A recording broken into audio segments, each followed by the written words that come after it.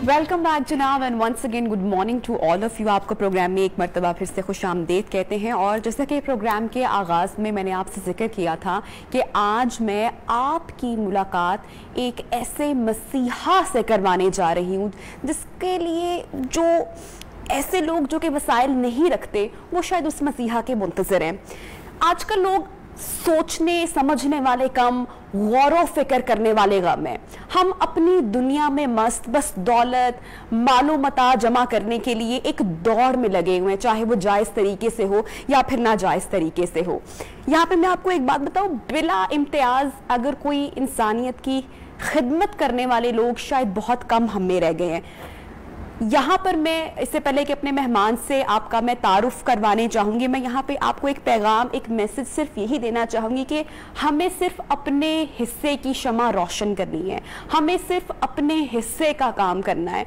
हमें हर वक्त नहीं ब्लेम करना हमारे मुल्की जो सियासतदान हैं उन्होंने क्या किया, उन्होंने क्या नहीं किया। हमने ये देखना है कि हम क्या कर रहे हैं। हमने अपने गिरेबान में एक मरतबा ज़रूर झांक कर देखना है कि क्या हम अपने हिस्से का काम कर रहे हैं। और आप मेरी बात पर यकीन करें कि आप तब तक एक कामिल मुसलमान नहीं हैं, आप तब तक एक मुकम्मल मुसलमान नहीं हैं अगर आपका हमसाया जो है वो भूखे पेट सो रहा है।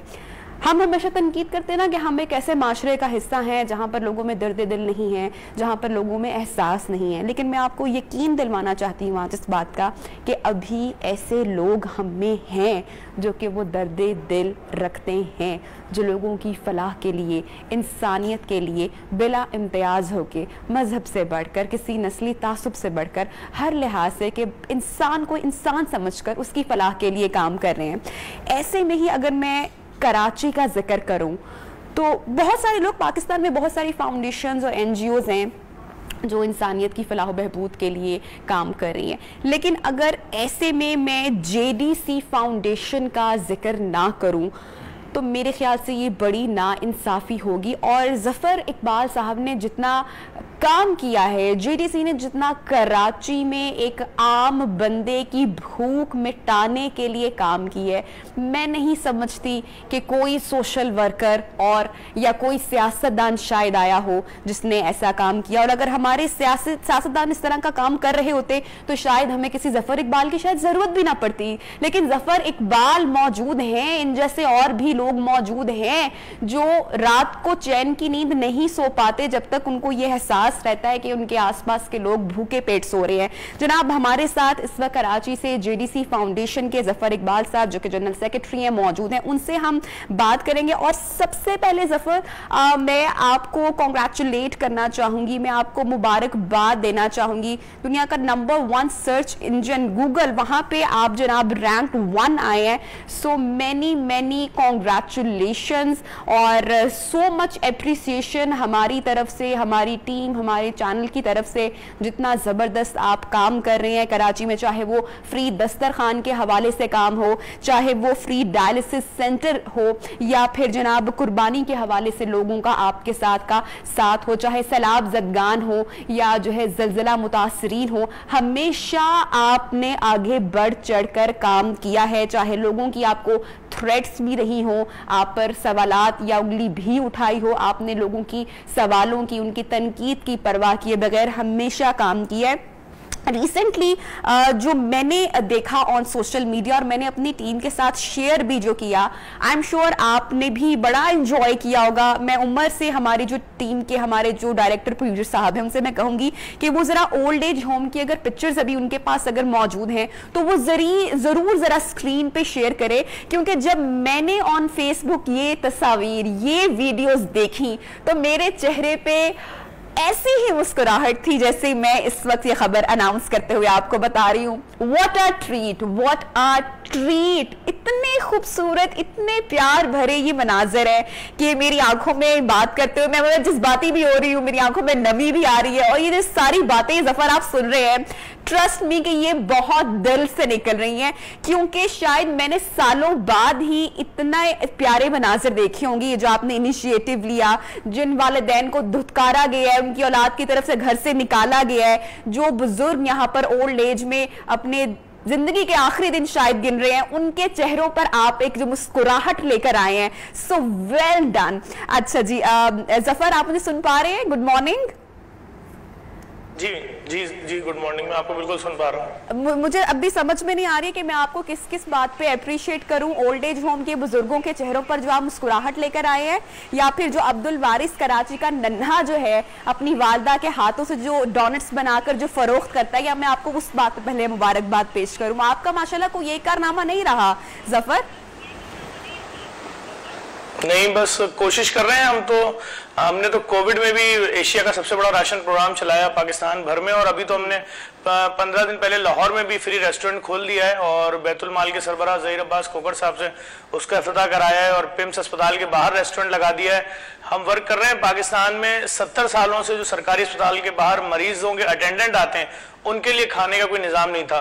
तो जिस तरह हमने कराची में किया है, जिन्ना अस्पताल, अब्बासी शहीद अस्पताल, बैतुल सुकून अस्पताल, कोरोना का अस्पताल, और ये जो एक्सपो सेंटर फील्ड अस्पताल है, सक्खर का फील्ड हॉस्पिटल, ऐसे हमने लाहौर में रेस्टोरेंट खोल दिए हैं, जिस तरह कराची में रेस्टोरेंट खोले हैं, इस्लामाबाद में खोल दिए हैं।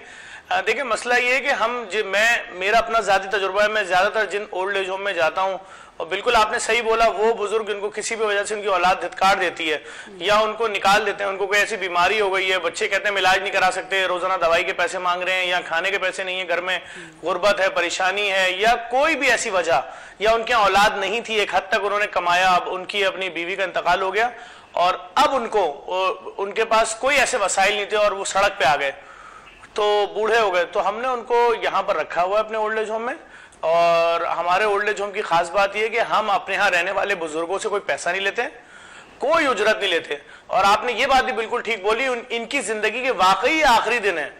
यहाँ निजाम पूरी दुनिया का यही है कि बच्चा, लड़का, जवान, फिर अधेड़ उम्र, फिर बुजुर्ग, और फिर उसके बाद इंसान की जिंदगी पूरी हो जाती है।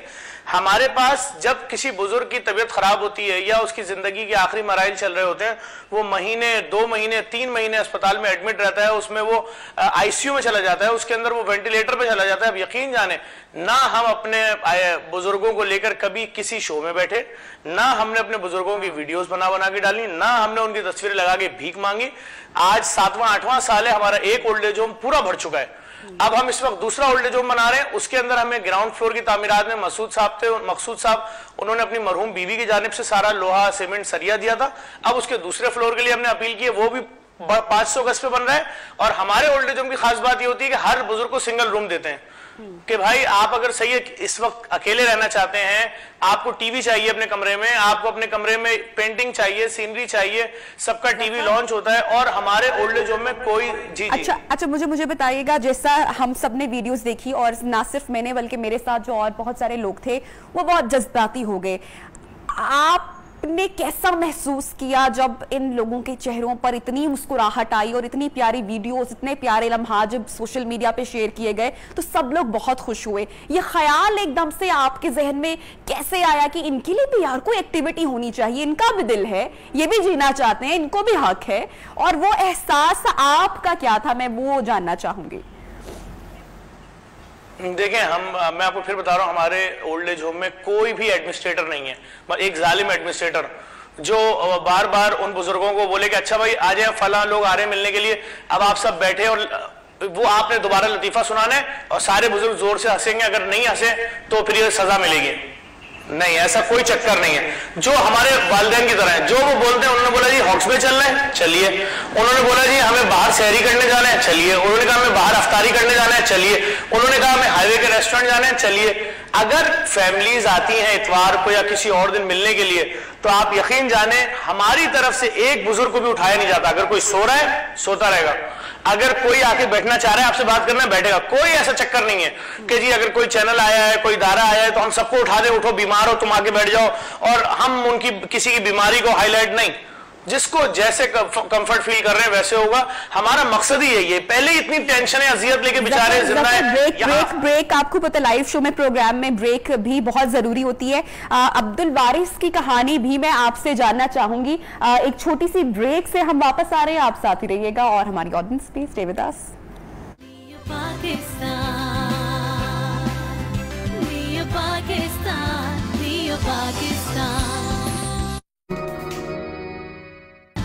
Pakistan. वेलकम बैक जनाब। प्रोग्राम में आपको एक मरतबा फिर से खुशामदीद कहते हैं और आई एम श्योर कि जितनी खुशी मुझे हो रही है इस वक्त जफर इकबाल साहब से बात करके, उतनी ही खुशी आपको भी टेलीविजन पर इस वक्त उनको देखकर हो रही होगी। और जो उन्होंने कराची के लिए और वहाँ की आवाम के लिए काम किया है, आई एम श्योर कि आप भी उससे जो है वो यकीनन मुतासर हो रहे होंगे। जफर साहब, टाइम कम है। एक बच्चा अब्दुल वारिस, मैंने देखा सोशल मीडिया पर ये बच्चा वायरल होता है, मेहनत मजदूरी करता है, 2-2 शिफ्ट्स में, बताता है अपनी कहानी सबको कि उसका बाप जो है वो आंखों से देख नहीं सकता, माँ जो है वो घर में डोनेट्स या बेकरी का सामान तैयार करती है और बच्चा सड़क पे जाके हर गाड़ी को नॉक करके अपना ये सामान बेकरी का बेचता है। उसके बाद मैं देखती हूँ जनाब के बच्चा वायरल होता है, टीवी के मुख्तलिफ एंकर्स, होस्ट इस बच्चे को बुलाते हैं, अपना कंटेंट निकालते हैं और टाटा बाय बाय कर देते हैं। लेकिन वाहिद जफर इकबाल ही है जो इस बच्चे से मुलाकात करता है और बेकरी बनाने का इस बच्चे के लिए ऐलान करता है। जी देखिए, बिल्कुल ऐसे ही है जो आप कह रही हैं। यहाँ यही मुश्किल है कि कोई यतीम बच्ची अगर घर छोड़ दे या कोई गरीब बच्ची किसी मजबूरी में घर छोड़ दे और किसी के हाथ लग जाए तो फौरन वो उसको उठा के किसी मॉर्निंग शो में कहीं बैठा के उसकी ज़बरदस्ती शादी करा के और एक सीन क्रिएट हो जाता है। इसी तरीके से इस बच्चे के साथ भी मामला चल रहे थे। ये मेरे पास अपना थैला वगैरह लेकर आया और कहने लगा मैंने आपको बहुत देखा है सोशल मीडिया पे और मैं ये काम कर रहा हूँ, मेरी ये मजबूरी है। मैंने बैठ के इसको सुना, इसका जज्बा देखा। मैंने इसको बोला भाई तुम ये नौकरी छोड़ो, तालीम हासिल करो, सारे खर्चात जो तुम्हारे हैं तुम कमाते हो, घर का किराया वो हमारा इदारा दे देगा JDC। और जहां तक रह गई बात इन डोनट्स की, मैं तुम्हें एक बेकरी खुलवा देता हूं, वहां तुम यही डोनट्स जो वालदा बना रही हैं रख दो, तुम्हारे जो स्टाफ है वो बेचे और इससे फायदा ही होगा, तुम अपना स्टाफ बढ़ाते चले जाओ और लोग वहां से खरीदते चले जाएंगे। मेरी ये बात उनकी समझ में आई और कल उनके जो बड़े थे घर के वो आए थे मेरे पास रात में और उन्होंने मुझे गो हेड दिया कि ठीक है आप ढूंढें बेकरी हमारे लिए बनवाएं। मैं इंशाल्लाह जो इलाके उन्होंने मुझसे बोले मैं उन इलाकों में जगह अब आज से देखना शुरू कर रहा हूँ और एक बेकरी इस बच्चे को बनवाता हूँ। मैं समझता हूँ जितनी मेहनत ये बच्चा कर रहा है और जिस तरह लोग इससे प्यार कर रहे हैं, इसका एक ब्रांड बन जाएगा और एक बेकरी से 100 बेकरी बनाएगा। ना सिर्फ इसकी फैमिली मजबूत होगी बल्कि ये दूसरों को भी सपोर्ट करेगा, क्योंकि इसने वो मुश्किल घड़ी देख ली है। बड़ी जिल्लत का काम है कि आप किसी की दरवाजा नॉक करें गाड़ी का कि ये चीज ले लें, कोई डांट देता है, कोई धक्का दे देता है। उसने सारी बातें मुझे बताई हैं कि क्या क्या मुश्किलात होती हैं। तो लाजिम बात है वो दर्द समझता है और वो दूसरों के लिए भी काम करेगा। जब वो खुद कमाएगा अच्छा तो दूसरों को भी सपोर्ट करेगा। तो इसमें अपना एक हिस्सा डालने की कोशिश कर रहे हैं अपने दायरे की तरफ से। अच्छा जफर अब्बास साहब, जैसा कि मैंने पहले भी हाईलाइट किया कि आप बहुत सारे काम कर रहे हैं, क्या इन फ्यूचर क्या प्रोजेक्ट्स हैं या क्या प्लान्स हैं और क्या आप करने वाले हैं? देखिए, इन फ्यूचर हमने रमजानों में ऐलान किया था कि हम कराची में 50 फ्री डायलिसिस सेंटर बनाना चाहते हैं, जहां पर एक सेंटर में हर महीने 600 मरीजों का फ्री डायलिसिस हो और 30,000 मरीजों का डायलिसिस जो है पूरे महीने में हो।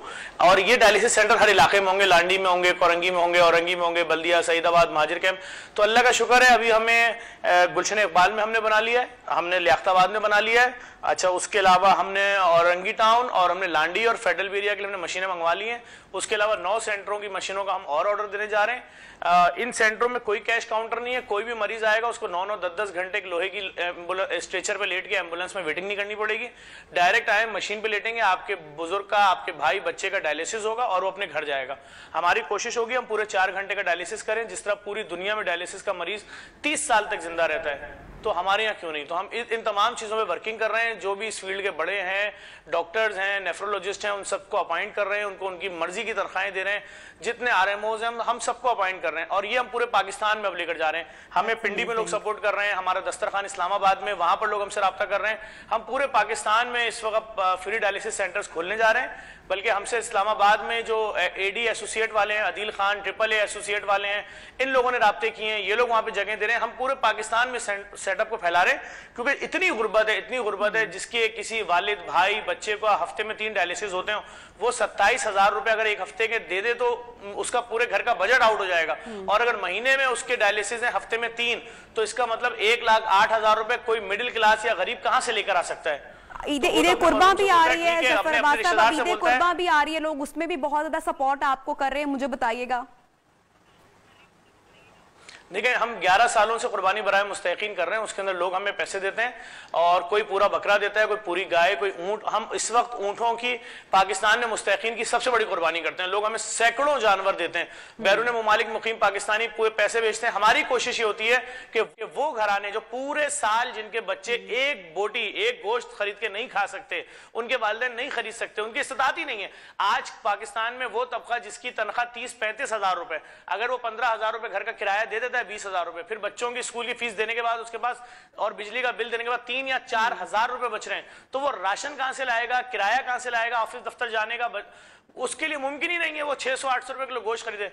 तो हम ईद कुर्बान के तीसरे दिन हमारे यहाँ कुर्बानी होती है, जिसमें चारों मसालिक के जय्यद उलमा, इसमें बरेलवी मसलक, देवबंदी मसलक, अहले हदीस मसलक, शिया मसलक के और जितनी बड़ी सेलिब्रिटीज हैं, फैसल कुरैशी साहब, सब आते हैं और अपने हाथों से जानवर नहर करते हैं। और मैंने ओपन ऐलान किया हुआ है, जिस एनजीओ को गोश्त बांटने का शौक है आए, एड्रेस की लिस्ट दे, गोश्त ले, 5-5 किलो, 4-4 किलो, 3-3 किलो के पैकेट होते हैं, जाए गरीब बस्तियों में। ज़फ़र अब्बास जी, बहुत शुक्रिया, आपने टाइम निकाला हमारी ट्रांसमिशन के लिए। और जाने से पहले मैं आपको बेस्ट विशेस कहना चाहूंगी और इस दुआ के साथ आपको अल्लाह हाफिज कहूंगी कि अल्लाह ताला आपका ये हिम्मत, ये हौसला, ये जज्बा, इसको बरकरार रखे। थैंक यू सो मच, आपने हमें किया जनाब। इसके साथ ही हम जाएंगे ब्रेक पर और जब ब्रेक से वापस आएंगे तो पाकिस्तान के उन बच्चों से आपकी मुलाकात करवाएंगे जिन्होंने पाकिस्तान का सर फखर से बुलंद किया है और डियाना अवार्ड्स होल्डर हैं। कौन से वो बच्चे हैं, ऑन सेट होंगे, उनसे उनकी कहानी जानेंगे। साथ रहिएगा।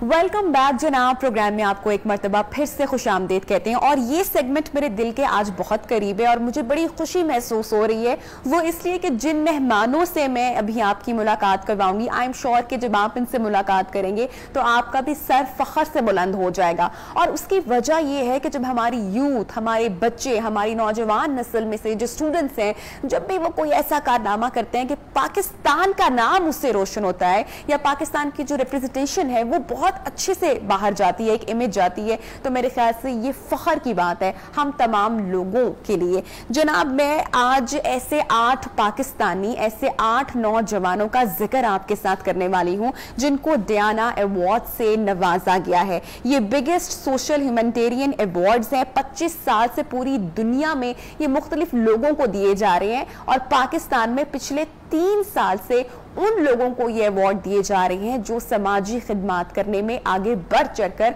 सोसाइटी में अपना किरदार, अपना पार्ट प्ले करते हैं। प्रिंसेस ऑफ वेल्स डियाना, उनके जो है याद में ये अवार्ड दिया जाता है। खैराती ये इदारा है और बड़ी ज़बरदस्त बात है कि हमारे जो स्टूडेंट्स हैं, हमारे जो नौजवान हैं, वो इसमें नॉमिनेट हुए हैं और उनको ये एजाज़ हासिल हुआ है। जी, इन स्टूडियो हमारे साथ कुछ मेहमान मौजूद हैं, उनसे अब आपकी मुलाकात करवाते हैं। जनाब, सबसे पहले इज़्ज़तुल्लाह हमारे साथ मौजूद हैं, कोयटा से इनका ताल्लुक है। कोयटा से जनाब भी आए हैं और ये क्या काम कर रहे हैं जिसकी बिना पर इनको ये अवार्ड मिला है वो मैं आपको बताती चलूं।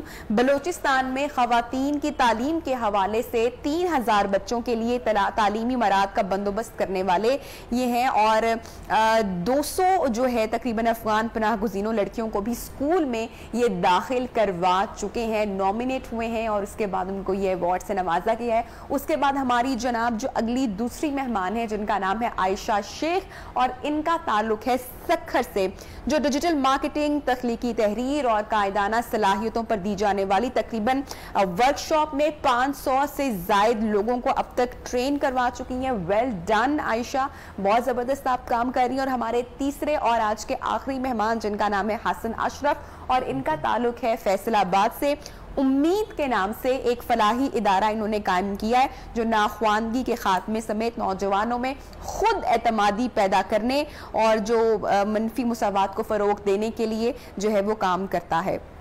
इस इदारे की तकरीबन 20 शाखें हैं। अब तक इनमें से 1500 बच्चे इससे मुस्तफीद हो चुके हैं। सबसे पहले तो मैं आप तीनों को वेल डन कहना चाहूंगी, शाबाशी देना चाहूंगी और मेरे ख्याल से कि ये शाबाशी सिर्फ मैं नहीं बल्कि जितने भी लोग इस वक्त आपको देख रहे हैं और आपको सुन रहे हैं वो भी आपको दाद दे रहे होंगे। हसन, मुझे सबसे पहले जो है वो डियाना अवार्ड्स के बारे में थोड़ा सा बताओ और कैसे इसमें आप तीनों का नाम आया वो मैं जानना चाहूंगी। बिस्मिल्लाहिर्रहमानिर्रहीम। First of all thank you so much for inviting us hair. और अल्हम्दुलिल्लाह बड़ी ही खुशी होती है जब हम देखते हैं कि हमारी वजह से इस मुल्क का नाम रोशन हो रहा है। इस मुल्क ने हमें इतना कुछ दिया है, तो जब हमारी वजह से रिप्रेजेंटेशन आती है बहुत खुशी होती है। डायना अवार्ड की एक तो नॉमिनेशन बहुत स्ट्रिक्ट है, इसका जजिंग पैनल इतना बड़ा है और इसकी बहुत स्क्रूटनी होती है और दुनिया से लाखों लोग इसके लिए अप्लाई करते हैं, पूरी दुनिया से। और फिर स्पेसिफिक तादाद है, ऑलमोस्ट 250 to 300 जो इसमें यूथ है जो सिलेक्ट की जाती है उनके जजिंग पैनल से from all over the world. और उसमें लाखों में से 200-300 लोग सिलेक्ट किए जाते हैं, वो सब अप्लाई करते हैं, नॉमिनेट होते हैं मुख्तलिफ लोगों के जरिए।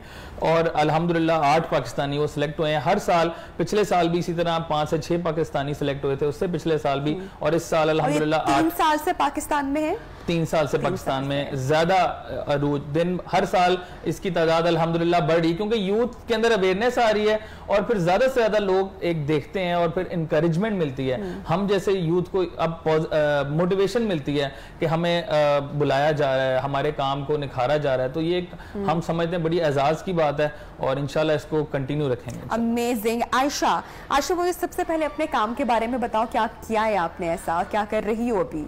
ओके, अभी मैं करेंटली ए लेवल्स कर रही हूँ। I am in my second year of A levels.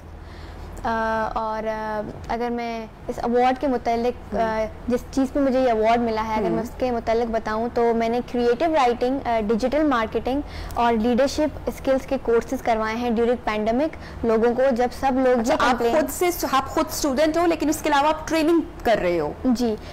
क्योंकि बैक इन 2019 जब मैं यूएसए से क्रिएटिव राइटिंग का कोर्स करके वापस आई थी और फिर कुछ वक्त बाद ही कोविड आ गया था पाकिस्तान में, तो स्टूडेंट तो काफ़ी मसाइल पेश आ रहे थे। ऑनलाइन क्लासेस लेने में बोर हो जाते थे, वो उनको चीज़ें समझ नहीं आती थी। तो मैंने ये इनिशिएटिव शुरू किया कि कुछ एंटरटेनिंग, कुछ क्रिएटिव उनको सिखाया जाए जिससे वो अर्न भी कर सकें और उनमें कुछ स्किल्स ऐसी डेवलप हों जो उनके लाइफ लॉन्ग स्किल्स हों। अच्छा, और ये सारी जो वर्कशॉप्स है ये आप खुद मुनक्किद करवाते हो? किस तरह से इसका सारा प्रोसीजर होता है? चूँकि उस वक्त कोविड था तो जब जब हमारे लिए पॉसिबल हुआ तो हमने फिजिकल वर्कशॉप्स करवाए। जब बहुत रिस्की था क्योंकि लोगों की हेल्थ के बारे में। क्या एज है आपकी? I am 17. You are 17 and माशाल्लाह I am so amazed आपसे मुलाकात करके। You are too young माशाल्लाह। कहाँ से इतनी सारी मोटिवेशन मिली? It all comes from my father.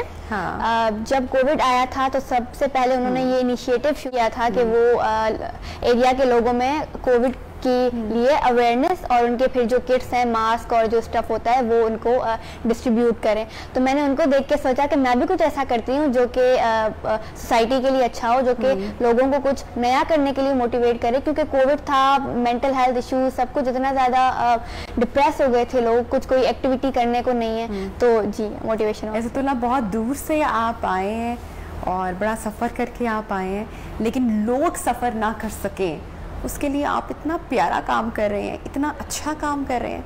कैसे ख्याल आया और कैसे हिम्मत कैसे आ गई? तो बड़े बड़े लोग नहीं कर पाते हैं।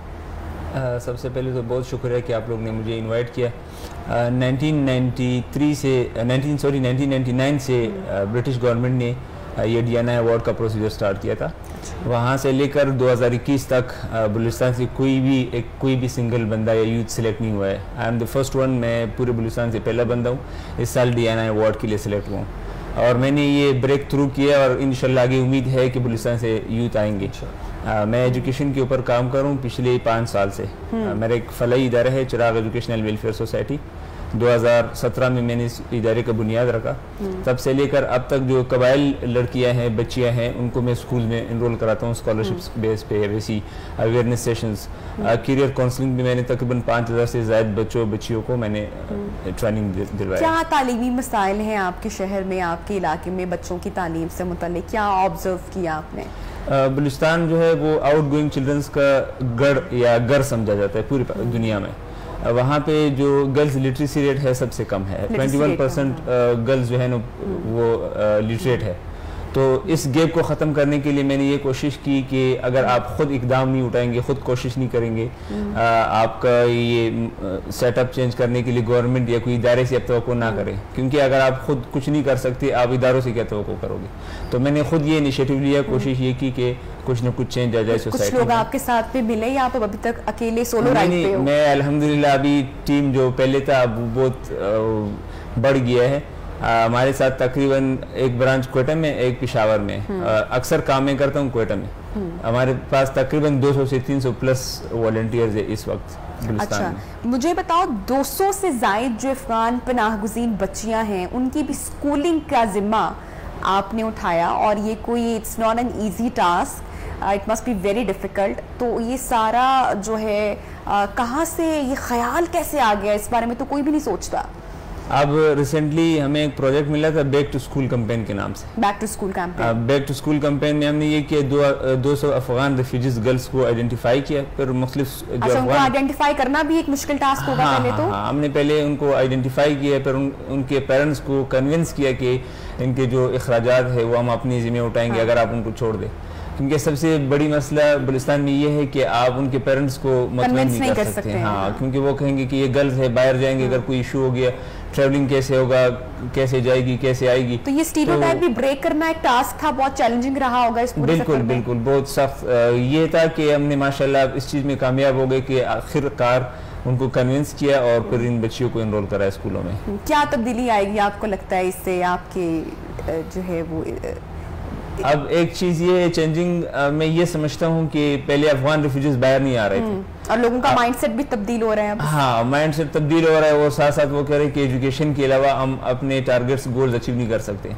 अगर कौमों ने तरक्की की है तालीम के मद में, अगर हम तालीम में कंट्रीब्यूट करेंगे, तालीम को आगे ले आएंगे, बच्चे यूथ को अप्रिशिएट करेंगे, तो हो सकता है कि तब्दीली आ जाए। ठीक है। अच्छा हसन, मुझे बताओ ये जो उम्मीद के नाम से फलाही इदारा कायम किया है, इसके बारे में थोड़ा सा शेयर करो। मैम, उम्मीद का आगाज 2017 से हुआ।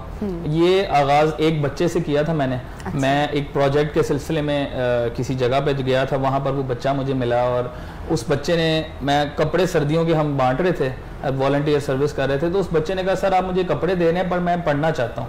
अच्छा, मुझे कपड़े मत दो, वर्कशॉप पे काम कर रहा था वो अच्छा। बच्चा, तो मैं पढ़ना चाहता हूँ। वहाँ से बात मेरे माइंड में ऐसी क्लिक की, वो बच्चा ये एक क्षमा बना कि उस मैंने सोचा इनकी तालीम के ऊपर काम किया, जो चाइल्ड लेबरर्स हैं और जो स्लम्स के बच्चे हैं, जिनके जो सुबह को काम करते हैं लेकिन बस वो शाम का प्लेटफॉर्म नहीं है। तो उम्मीद ने हमने स्कूल्स ओपन किए चाइल्ड लेबरर्स के, जो कि इवनिंग बेस्ड स्कूल हैं सारे, जहाँ पर वो बच्चे जो कोई भीख मांगता है या वो जो वर्कशॉप्स में काम करते हैं, किसी ब्रिक भट्टे पे काम करते हैं, वो शाम को आके हमारे स्कूल्स में तालीम हासिल करते हैं। और अल्हम्दुलिल्लाह हमने 3 सालों के अंदर पूरे पाकिस्तान में 20 स्कूल्स ओपन किए, जहाँ पर टोटल जो बच्चे तकरीबन 1500 से ज़्यादा बच्चे तालीम हासिल वहाँ से कर चुके हैं अल्हम्दुलिल्लाह। और इसके साथ साथ अब हम क्या लेकर चल रहे हैं, हम स्किल्स साथ साथ इन बच्चों को सिखा रहे हैं, लाइक फ्रीलांसिंग, ई-कॉमर्स के हवाले से। उसके साथ साथ हम बच्चियों को सिलाई कढ़ाई का स्किल सिखा रहे हैं, बच्चों को हम अकाउंटिंग का स्किल सिखा रहे हैं, ताकि ये बच्चे यहाँ पढ़ें भी, कुछ स्किल सीखें और आगे कमा सकें।